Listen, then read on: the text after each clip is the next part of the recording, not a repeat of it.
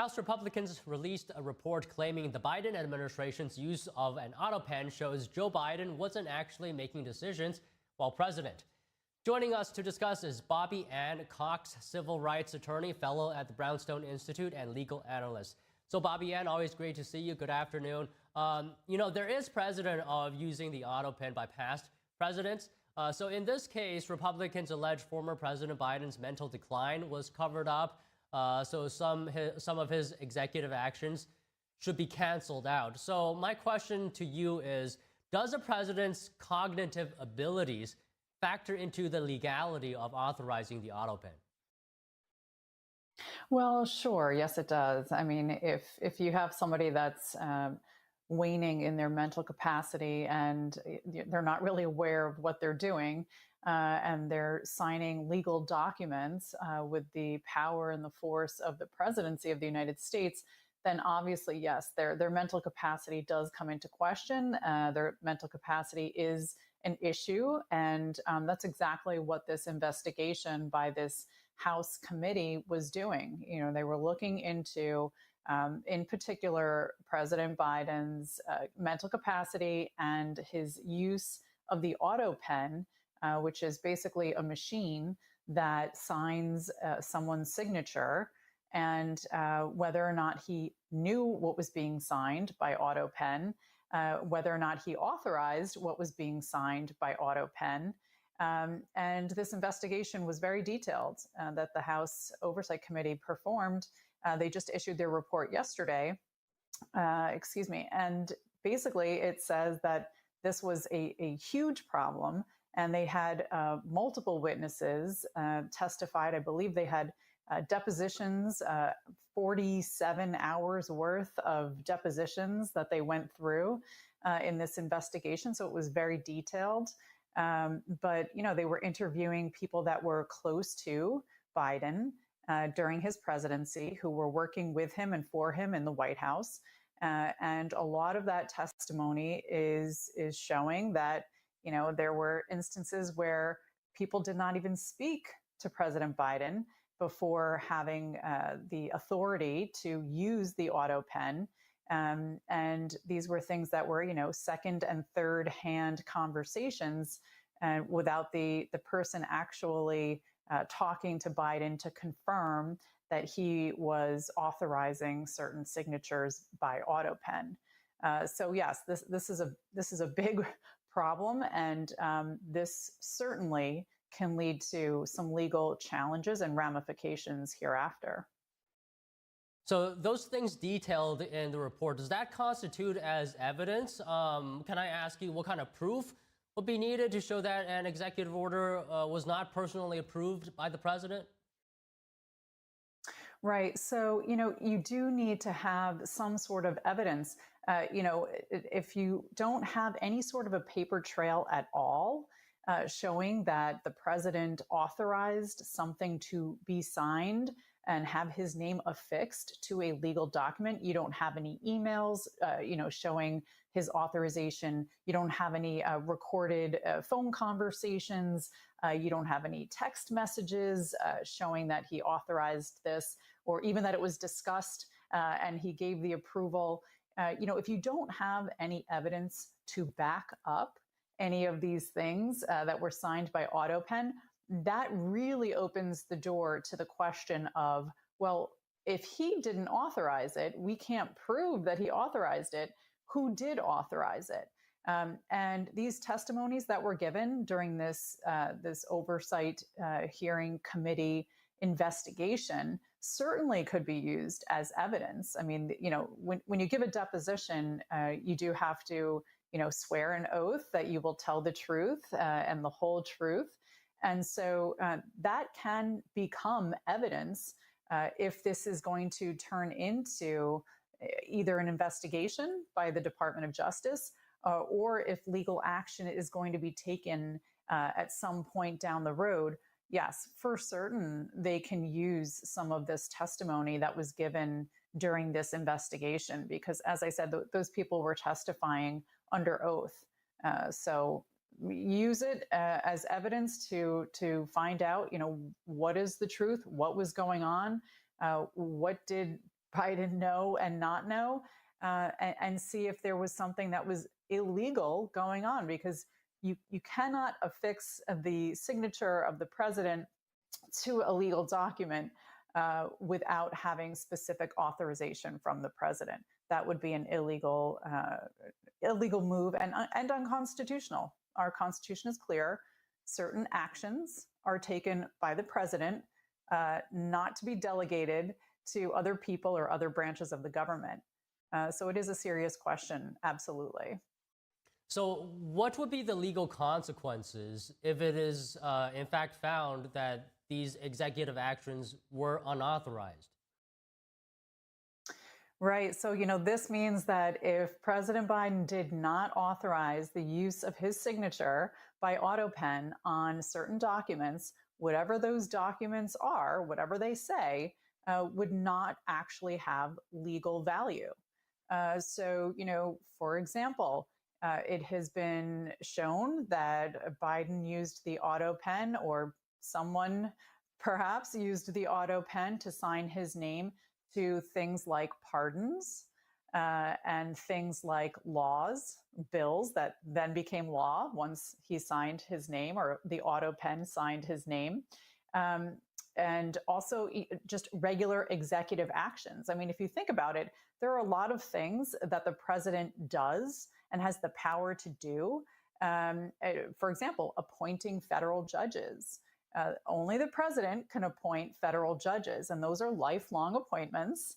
And that's at all the levels of federal court, right? So you've got the trial court level, you've got the appellate court level, and then you've got the Supreme Court level. Those are positions that are appointed by Biden, in this instance, by the President of the United States. So if the AutoPen was deemed to be authorized by someone other than him, then all of these things that that were signed by AutoPen that he did not authorize would not have legal validity, which means the pardons would not be valid. The laws he signed or were signed by AutoPen without his authorization would not be valid. And any of the other executive functions, like I said, appointing federal judges is another big issue.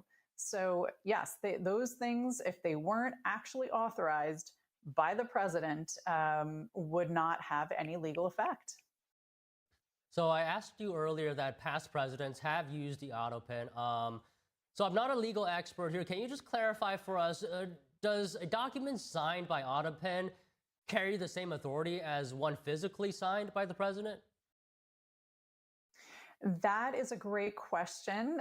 It actually has not been litigated thus far in our nation's history. There is not any sort of a Supreme Court decision specifically about AutoPens and the validity of AutoPens.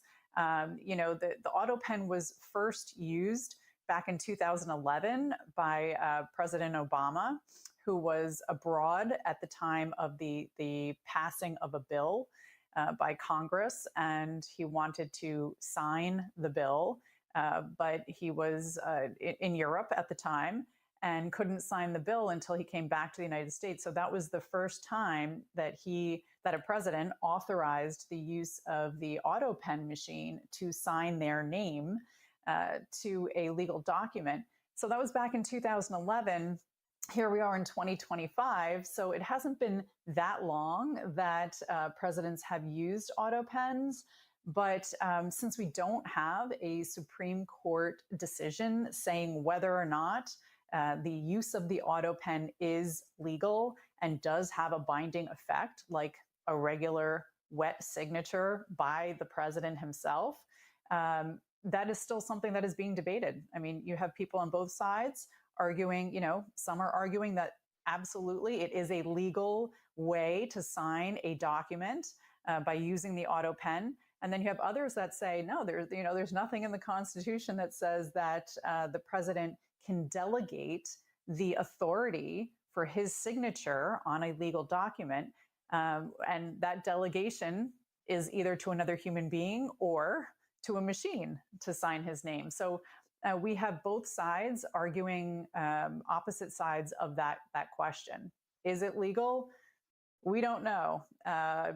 but that's something that perhaps we would see SCOTUS make a decision on, if there is a legal challenge and it is accepted by the courts. All right, so Bobby, just finally, generally speaking, under what circumstances is using an auto pen legally permitted, and when is it not? Well, with the case of the president, what we're seeing in this specific investigation, some in the media and some critics of this investigation into Biden's use of the auto pen are saying, well, a lot of other presidents used it. Obama used it, Trump has used it, Biden used it. True, yes. Now, President Trump has stated that he, too, has used the auto pen, but not for legal documents like signing laws or issuing a pardon, more for things like, signing a letter or an invitation to something. And the question and the main focus of what this House Oversight Committee just investigated with regards to President Biden, they were really focusing on the end of his presidency, the last 3 months or so. And the fact is that if you look at the number of pardons that Biden issued in his presidency, which was only 4 years long, he issued over 4,000 pardons, many of which apparently were signed by auto pen. And when you compare that to other presidents before him, thus far, President Trump has issued in his first term, and then now in 2025, approximately 1,700 pardons. Barack Obama issued something like 1,900 pardons, and he was president for 8 years. So I think George W. Bush, Bush too, I think he only issued a couple hundred pardons during his presidency. So we see with Biden issuing over 4,200 pardons in just 4 years, many of which were issued, in the last 3 months of his presidency. This is why they've been investigating this in particular with the auto pen, because the question has to be asked, how can this president have issued, 2 and 3 and sometimes 4 times as many pardons as his predecessors? So this is really what raised the red flag, I believe, and why the House Oversight Committee paid so much attention, or is paying so much attention, to the auto pen use on signing pardons. So yeah, this is a really, it's a big problem because according to the testimony and the report that was issued yesterday by the House committee, there is not much, if any, at all, evidence showing that Biden authorized the use of the auto pen with a lot of these signatures. So yes, this is a serious issue, and we're going to have to see how this plays out now that the Department of Justice has said that they're going to investigate it themselves. Yeah, we'll follow this closely, but imagine signing over 4,000 documents. That's a lot of signatures. Well, Bobby, I thank you for coming on to talk to us about this today. Yes, thank you for having me. Have a great day. You as well. The government shutdown becoming more painful for regular Americans. What are the latest messages from Republican and Democratic leaders? Stay tuned.